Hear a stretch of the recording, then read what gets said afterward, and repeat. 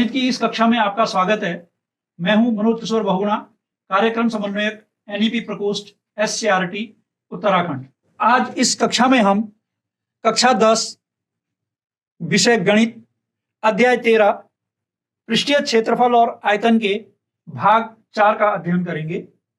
इससे पूर्व जो 3 भाग हम पढ़ चुके हैं, उसके प्रथम भाग में हमने ठोसों के संयोजन के पृष्ठीय क्षेत्रफल के बारे में जानकारी प्राप्त की थी। तो द्वितीय भाग था, उसमें जो ठोसों के संयोजन का पृष्ठीय क्षेत्रफल है, उनका आयतन हम कैसे ज्ञात करते हैं और उसके आधार पर कुछ प्रश्नों को हमने हल किया था। तृतीय भाग में ठोसों के रूपांतरण से, अर्थात एक ठोस को दूसरे ठोस में परिवर्तित करने पर उसका आयतन और उसके पृष्ठीय क्षेत्रफल में क्या परिवर्तन होता है, हमने उसकी जानकारी प्राप्त की थी और उसके आधार पर हमने कुछ प्रश्नों को हल किया था। आज इस चौथे भाग में हम जिन बिंदुओं पर चर्चा करेंगे, जिन बिंदुओं को हम सीखेंगे, उनमें शंकु के छिन्नक की अवधारणा कि आखिर शंकु का छिन्नक क्या होता है, शंकु के छिन्नक से क्या तात्पर्य है, दैनिक जीवन में शंकु के छिन्नक के कौन कौन से उदाहरण हमें देखने को मिलते हैं, शंकु के छिन्नक का वक्र पृष्ठीय क्षेत्रफल, संपूर्ण पृष्ठीय क्षेत्रफल और आयतन को ज्ञात करने के सूत्र क्या होते हैं, उनके बारे में हम जानकारी प्राप्त करेंगे। और इसके अतिरिक्त शंकु के छिन्नक के वक्र पृष्ठीय क्षेत्रफल, संपूर्ण पृष्ठीय क्षेत्रफल और आयतन से संबंधित कुछ प्रश्नों को हम हल करना सीखेंगे। सर्वप्रथम हम समझते हैं कि आखिर शंकु का छिन्नक होता क्या है। अभी तक हमने दो आधारभूत ठोसों के संयोजन से बने ठोसों के पृष्ठीय क्षेत्रफल और आयतन के विषय में अध्ययन किया है। हम दैनिक जीवन में प्रयोग होने वाली कुछ वस्तुओं को देखें, जैसे गिलास, बाल्टी, टब या हम पॉपकॉर्न रखे जाने के जो बकेट्स होते हैं उनको देखें, तो क्या इनका जो आधारभूत ठोस हमारे हैं, उनसे इनका जो आकार है क्या मिलता है? शायद नहीं, क्योंकि न तो हम इनको शंकु मान सकते हैं और न ही इनको हम बेलन मान सकते हैं। तो ये आकृतियां किस प्रकार प्राप्त की जा सकती हैं, तो इसके लिए हम एक उदाहरण देखते हैं। हम चित्र के माध्यम से एक चीज को समझते हैं, एक क्रियाकलाप पर विचार करते हैं कि हम देख रहे हैं कि यहां पर हमारे पास एक शंकु है। यह शंकु हम यहां पर देख सकते हैं। अब यदि इस शंकु को हम एक चिन्ह हम यहां पर बीच में देख रहे हैं, यहां से इस शंकु को हम काट देते हैं, जैसे कि हम इस चित्र में देख रहे हैं कि हम इस शंकु को यहां से काट देते हैं। तो यदि हम इसको काट देते हैं तो हमें इस प्रकार की, यहां पर से हम इसको दो भागों में बांट देते हैं, जो मूल शंकु हमारे पास था, तो हमें दो भाग प्राप्त हो जा रहे हैं। एक भाग यदि इसको हम देखें तो यह हमें इस रूप में अलग प्राप्त होगा, लेकिन जो ये नीचे वाला भाग है, अगर इसको हम देखें तो यह हमें इस रूप में प्राप्त होगा। तो यदि हम देखें कि हमने एक शंकु लिया और इसको आधार के समांतर एक तल द्वारा काट दिया, तो इस तल के एक ओर बने शंकु को हम हटा दे रहे हैं। तो तल के दूसरी ओर, ये जो तल है इसके दूसरी ओर अर्थात नीचे की ओर एक प्राप्त शंकु का भाग, जो पूरा शंकु था, यदि हम इसको यहां पर समझें इस तरह से, और यहां पर हमने इसको काट दिया है, तो जो ये नीचे वाला भाग है, दूसरी तरफ का जो भाग हमें प्राप्त हो रहा है, इसको अगर हम देखें तो इसको हम एक गिलास या एक बाल्टी के रूप में देख पा रहे हैं। और इस आकृति पर यदि हम विचार करें तो इसके दोनों सिरे, ये सिरा भी और ये सिरा भी, ये वृत्ताकार सिरे हमें प्राप्त हो रहे हैं, अर्थात विभिन्न त्रिज्याओं वाले दो वृत्त हम इसके दोनों सिरों पर देख पा रहे हैं। तो किसी शंकु को उसके आधार के समांतर एक तल द्वारा काटने पर शंकु के आधार की ओर बचे हुए, ये शंकु का आधार है, इसकी ओर बचे हुए भाग को शंकु का छिन्नक कहते हैं। अर्थात यह जो आकृति हमें प्राप्त हुई है इसको हम शंकु का छिन्नक कहते हैं। तो हमें छिन्नक कहां से प्राप्त होता है? हम एक शंकु को उसके आधार के समानांतर एक तल से काट देते हैं। काटने पर एक हमें छोटा शंकु प्राप्त होता है, उसको हम अलग रख देते हैं, लेकिन जो दूसरा भाग हमें प्राप्त होता है उसको हम शंकु का छिन्नक कहते हैं। अब इस छिन्नक का जो वक्र पृष्ठीय क्षेत्रफल है, संपूर्ण पृष्ठीय क्षेत्रफल है और आयतन, इनको ज्ञात करने के लिए हम कुछ सूत्रों की सहायता लेते हैं। इन सूत्रों का निगमन हम यहां पर करना नहीं सीखते हैं, हम केवल इन सूत्रों की जानकारी, इन सूत्रों को जान लेते हैं और इनके आधार पर हम इनका प्रश्नों को हल करने में प्रयोग करते हैं। तो यहां पर हम मान लेते हैं कि माना किसी शंकु के छिन्नक की ऊंचाई, अर्थात जो छिन्नक हमें प्राप्त हुआ है उसकी ऊंचाई है h और तिर्यक ऊंचाई l है, तथा जो दोनों सिरे हैं उनकी जो त्रिज्या है वह r1, छोटे वाले भाग की बड़े वाले भाग की त्रिज्या r1, दोनों सिरों की जो त्रिज्याएं हैं उनमें जो बड़ा वृत्तीय सिरा है उसकी त्रिज्या r1 तथा जो छोटा सिरा है उसकी त्रिज्या r2 है। अर्थात r1 r2 से बड़ी है। जो बड़े सिरे की त्रिज्या है वो बड़ी होगी, जो छोटे सिरे की त्रिज्या है वह छोटी होगी। अर्थात r1 बड़ी है r2 से, r1 is greater than r2। तो शंकु के छिन्नक का वक्र पृष्ठीय क्षेत्रफल ज्ञात करने का जो सूत्र हमारे पास होता है वह होता है पाई r1 प्लस r2 गुणा l। और l यहां पर जो होता है, जो तिर्यक ऊंचाई होती है उसकी गणना के लिए भी हमारे पास एक सूत्र होता है, l बराबर वर्गमूल h square plus r1 minus r2 का होल स्क्वायर। l के लिए यह सूत्र कहां से आता है? यदि इसको हम समझें तो इसके लिए हमें पाइथागोरस प्रमेय का प्रयोग करना पड़ता है।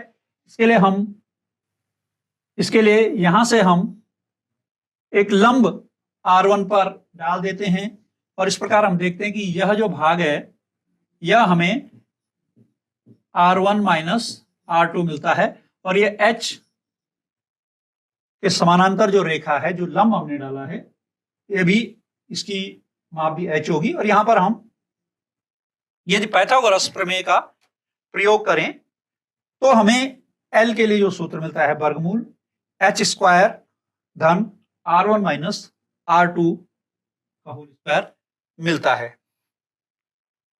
इसी शंकु के छिन्नक का यदि हम संपूर्ण पृष्ठीय क्षेत्रफल निकालना चाहें तो जो पृष्ठीय क्षेत्रफल हमारे पास था यह पृष्ठीय क्षेत्रफल, और इसके साथ हम इसके जो दोनों वृत्ताकार सिरे हैं उनका भी क्षेत्रफल जोड़ दें तो हमें शंकु के छिन्नक का संपूर्ण पृष्ठीय क्षेत्रफल प्राप्त हो जाता है।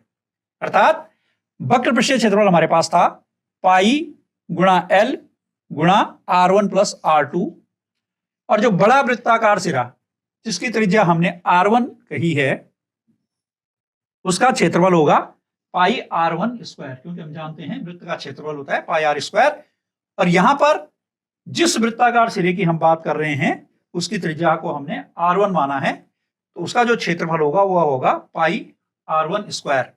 और जो छोटा वृत्ताकार सिरा है जिसकी त्रिज्या को हमने r2 माना है, तो उसका जो क्षेत्रफल हुआ होगा पाई r2 स्क्वायर।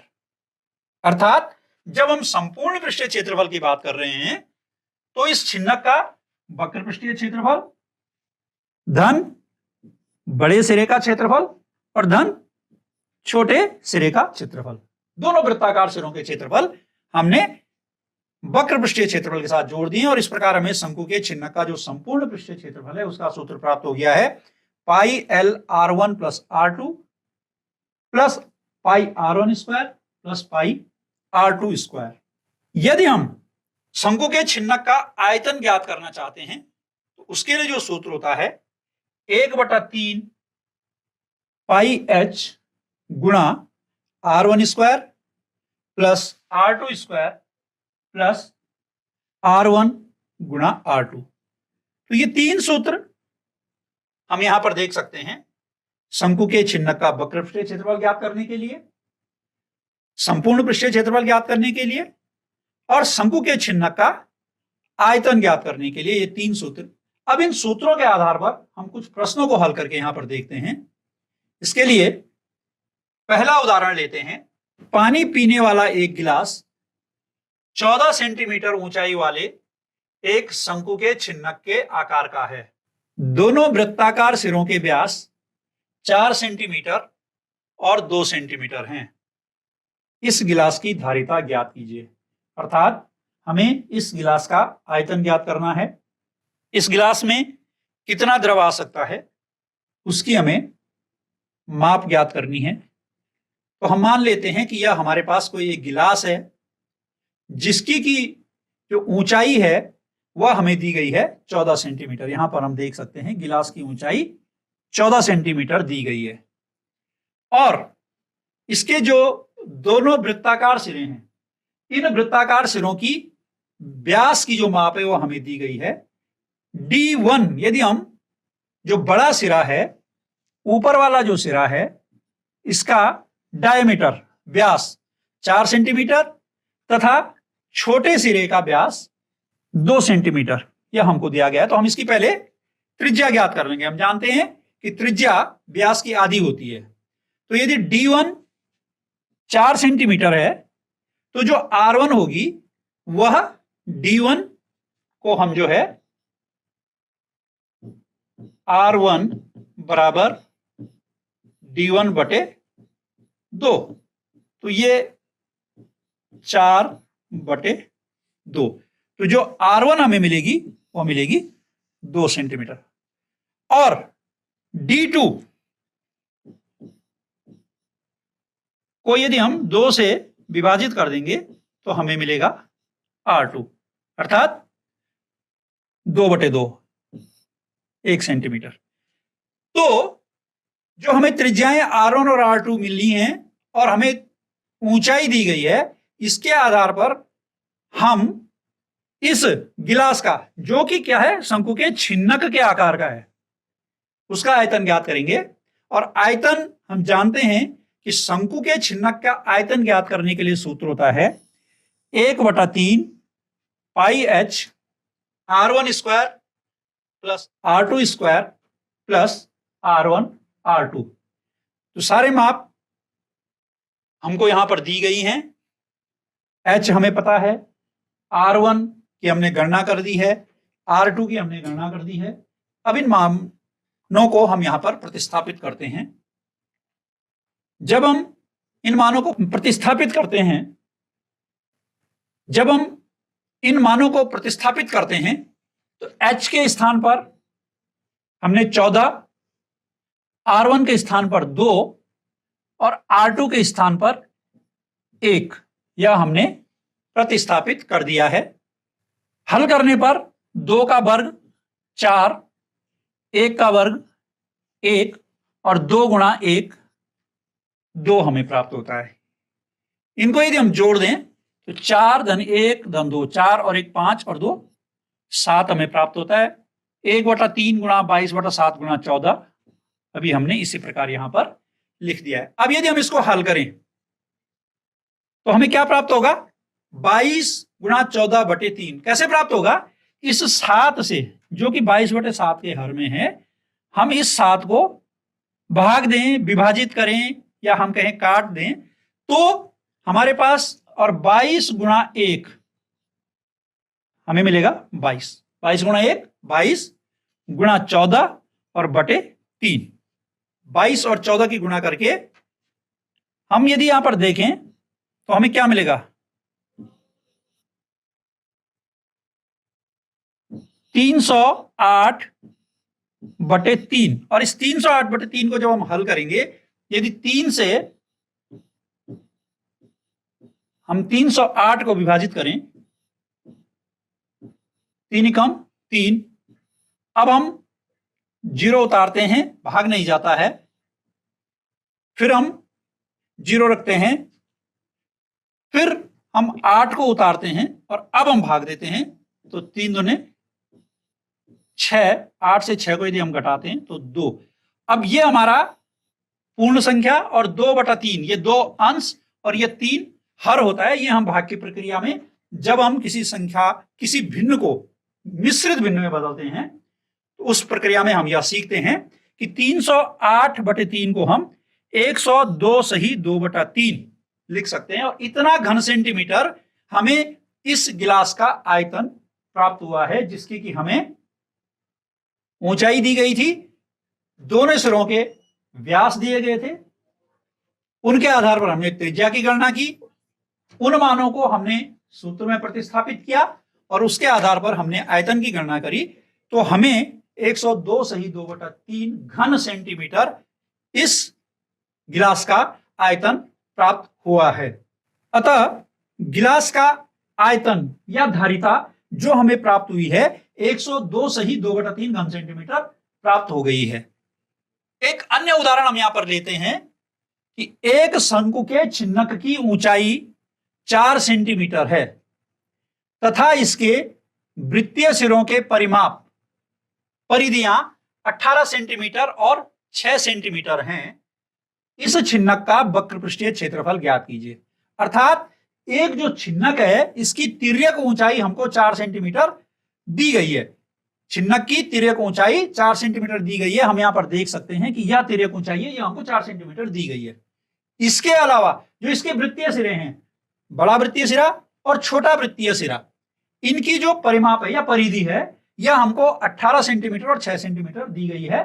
तो इन परिमापों के आधार पर हमें किस चीज की आवश्यकता पड़ेगी?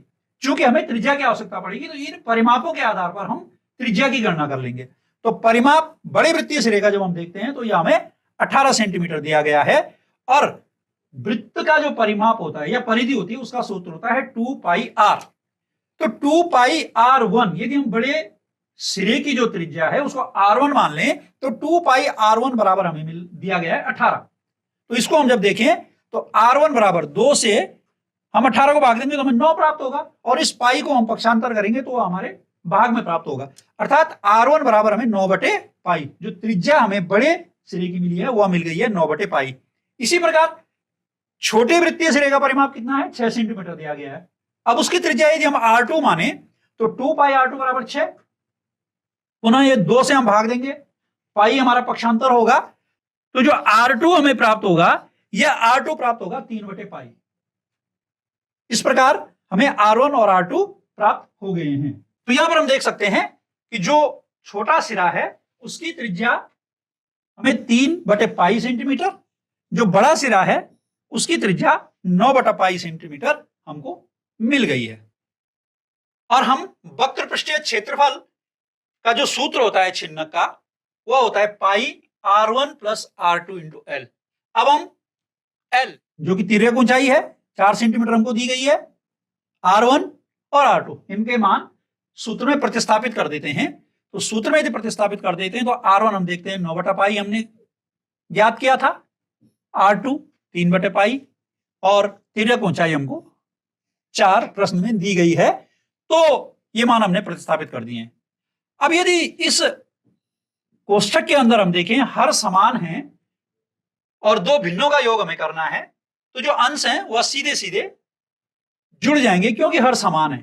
तो ये 9/3/पाई हमें मिल जाएगा, और इस पाई को और इस 4 को हमने उसी प्रकार से अभी लिख दिया है। तो पाई गुणा 9/3/पाई गुणा 4, तो ये पाई पाई से विभाजित हो जाएगा। 9 और 3 का योग हमें 12 मिल गया, और गुणा 4, और 12 चौको 48, 12 और 4 की जब गुणा होगी तो 48 वर्ग सेंटीमीटर। तो ये हमें जो छिन्नक दिया गया था, जिसकी माप हमें दी गई थी, उस छिन्नक का वक्र पृष्ठीय क्षेत्रफल 48 वर्ग सेंटीमीटर हमको प्राप्त हो गया है। एक अन्य उदाहरण लेते हैं कि एक तुर्की टोपी शंकु के एक छिन्नक के आकार की है। यदि इसके खुले सिरे की त्रिज्या 10 सेंटीमीटर है, जैसे कि हम जानते हैं टोपी एक सिरे से खुली होती है तो उस सिरे की जो त्रिज्या है वह 10 सेंटीमीटर है, और ऊपरी सिरा जो बंद सिरा होता है उसकी जो त्रिज्या है वह 4 सेंटीमीटर है, और टोपी की तिर्यक ऊंचाई 15 सेंटीमीटर है। तो इसके बनाने में प्रयुक्त पदार्थ का क्षेत्रफल ज्ञात कीजिए। तो जो टोपी के खुले सिरे की त्रिज्या है वो हमको 10 सेंटीमीटर दी गई है, और जो ऊपरी सिरे की त्रिज्या जो बंद सिरा है जिसको हम R2 से यहां पर निरूपित कर रहे हैं वह हमें 4 सेंटीमीटर दी गई है, और जो तिर्यक ऊंचाई L से हम जिसको निरूपित करते हैं वह हमें 15 सेंटीमीटर दी गई है। तो इसके बनाने में जो प्रयुक्त पदार्थ का क्षेत्रफल है वह हमें ज्ञात करना है। तो हम जानते हैं कि एक तो इसका जो वक्र पृष्ठ होगा टोपी का, उसको बनाने में जो प्रयुक्त पदार्थ है उसकी जरूरत पड़ेगी, और चूंकि निचला सिरा खुला है तो वहां पर हमें क्षेत्रफल की गणना नहीं करनी है, केवल जो ऊपरी सिरा है जो बंद सिरा होगा वहां पर उस पदार्थ का प्रयोग होगा, तो उस सिरे का हमें क्षेत्रफल ज्ञात करना होगा। अर्थात हमें टोपी को बनाने में प्रयुक्त पदार्थ का क्षेत्रफल ज्ञात करने के लिए एक तो टोपी का वक्रपृष्ठीय क्षेत्रफल ज्ञात करना होगा, ऊपरी सिरे का क्षेत्रफल ज्ञात करना होगा, और उन दोनों का योग हम कर देंगे तो हमें प्रयुक्त पदार्थ का क्षेत्रफल ज्ञात हो जाएगा। अब हम जो सूत्र इसके लिए प्रयोग होते हैं वक्रपृष्ठीय क्षेत्रफल के लिए पाई R1 प्लस R2 गुणा L, और ऊपरी सिरे का क्षेत्रफल जो वृत्तीय सिरा है त्रिज्या उसकी R2 है तो पाई R2 स्क्वायर। इस सूत्र में या इस व्यंजक में अब हम मानों को प्रतिस्थापित करते हैं, तो पाई R1 plus R2L plus pi R square, इसमें जब हम मान को रखते हैं तो R1 10, R2 4, और वही 4 R2 का मान हमने यहां पर रख दिया है।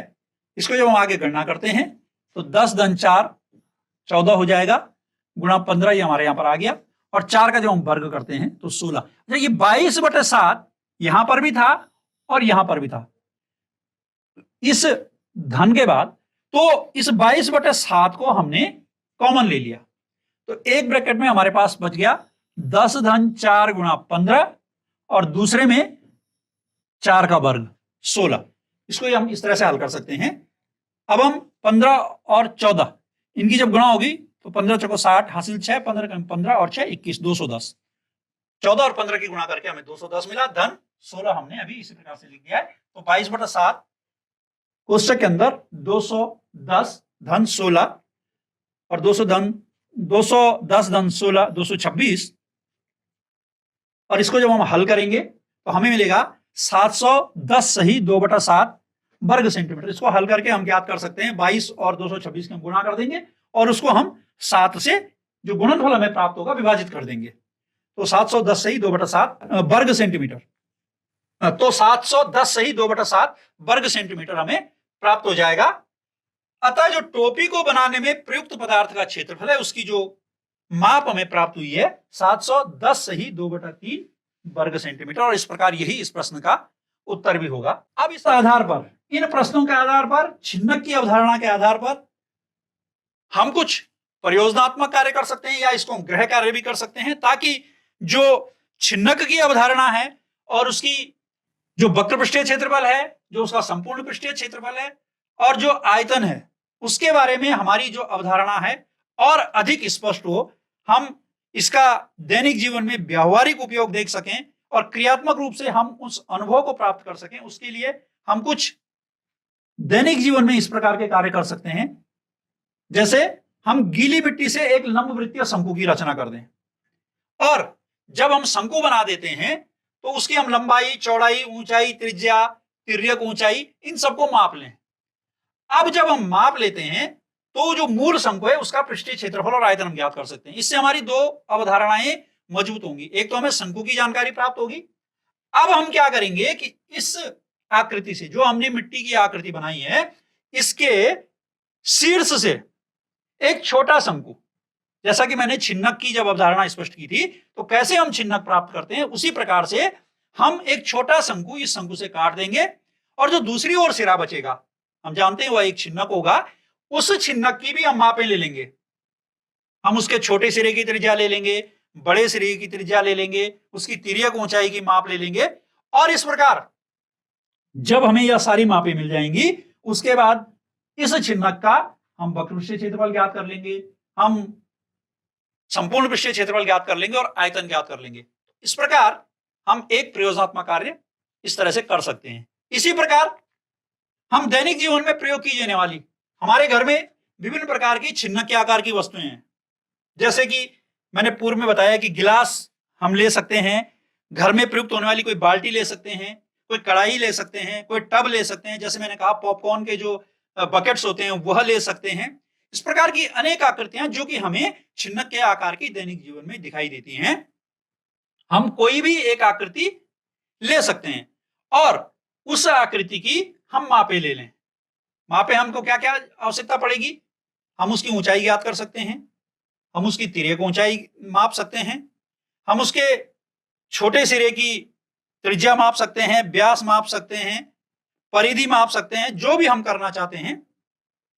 और सारी मापों को लेकर के, बड़े सिरे की त्रिज्या, छोटे सिरे की त्रिज्या, सबको लेकर के, और फिर हम शंकु के छिन्नक के वक्र पृष्ठीय क्षेत्रफल, संपूर्ण पृष्ठीय क्षेत्रफल और आयतन को ज्ञात करने के लिए जो सूत्र हैं, उन सूत्रों का प्रयोग करके हम इन वस्तुओं की, जो कि हम दैनिक जीवन में प्रयोग कर रहे हैं, उनका हम पृष्ठीय क्षेत्रफल और आयतन ज्ञात कर सकते हैं। तो इससे हमारा जो सैद्धांतिक पक्ष है, हमें केवल शंकु के छिन्नक के बारे में न केवल सिद्धांतिक जानकारी होगी, बल्कि हम दैनिक जीवन में भी इनका अनुप्रयोग देख सकते हैं। दैनिक जीवन में प्रयोग आने वाली वस्तुओं का हम एक छिन्नक के रूप में अवलोकन कर सकते हैं। हम उसके विभिन्न आयतनों की और पृष्ठीय क्षेत्रफलों की गणना कर सकते हैं। आशा है आज इस कक्षा में हमने जिन बिंदुओं पर चर्चा की, जिन बिंदुओं को हमने सीखा कि शंकु का छिन्नक क्या होता है, शंकु के छिन्नक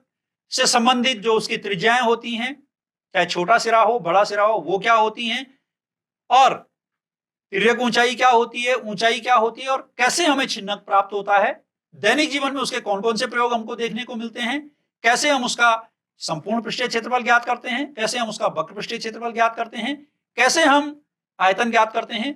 इन चीजों को समझने में आप सफल हुए होंगे। आप प्रयोजनात्मक कार्य से अपनी इन संकल्पनाओं को मजबूत करेंगे और इस आधार पर अन्य प्रश्नों को भी हल करने में सफल होंगे। धन्यवाद।